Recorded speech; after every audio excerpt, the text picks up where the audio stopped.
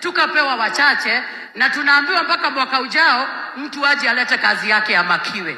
Kwa hivyo ningeomba viongozi wa Kiambu, tafadhali, kwa heshima, kila mtu afanye ile kazi aliomba na akapewa.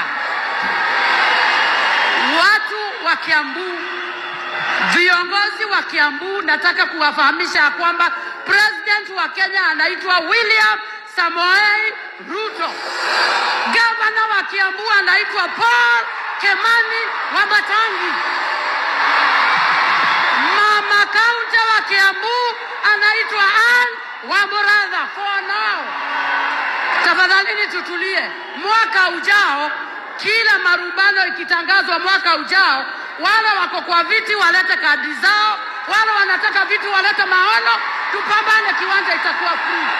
Na kwa heshima yako mtukufu Rais, ningetaka kuita kama mama this house to order. Viongozi wa kaunti hii waheshimiane na kila mtu afanye kazi yake. Mimi ndio mama kaunti, nitafanya kazi ya kaunti, na kila mtu kazi aliomba amalize.